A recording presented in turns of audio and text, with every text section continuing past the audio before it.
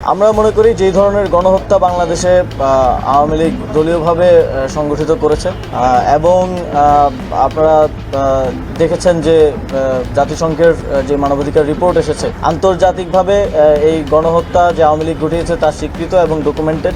সেই জায়গা থেকে পুরো পৃথিবীতে এরকম গণহত্যাকারী ফ্যাসিস্টদের যে নজির আওয়ামী লীগেরও সেরকম অবস্থায় হওয়া উচিত। আমরা তো ইউরোপের দেশগুলোকে ডেমোক্রেসির দিক থেকে অনেক এগিয়ে রাখি বা মডেল হিসেবে দেখি। তো জার্মানিতে ফ্যাসিস্টদের কি হয়েছিল বা ইতালিতে কি হয়েছিল আমাদের সামনে সেই নজিরগুলো আছে এবং যেহেতু আন্তর্জাতিকভাবে এই গণহত্যা ডকুমেন্টেডও হয়েছে সেই জায়গা থেকে আমরা মনে করি দলীয়ভাবে আওয়ামী লীগের এক ধরনের শাস্তি নিশ্চিত হওয়া উচিত।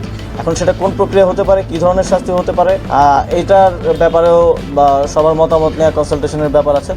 দেখুন, যারা গণহত্যার সাথে জড়িত এবং বিভিন্ন সময়ে বিগত ফ্যাসিবাদের সময়ে জনগণের বিরুদ্ধে বিভিন্ন ধরনের কার্যক্রমে জড়িত ছিল তাদের অধিকাংশই তো এখন পলাতক অবস্থায় আছে এবং গণহত্যার সাথে যারা জড়িত তাদের ব্যাপারে মামলা আছে বিধায় তারা পলাতক অথবা জেলখানায় রয়েছে।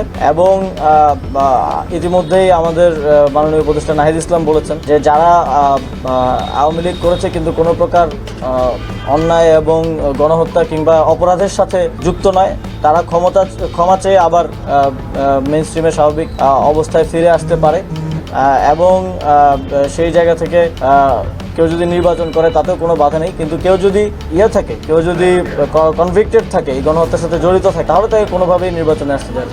ASBD 24 সত্য প্রকাশে প্রতিশ্রুতিবদ্ধ। চ্যানেলটি সাবস্ক্রাইব করুন।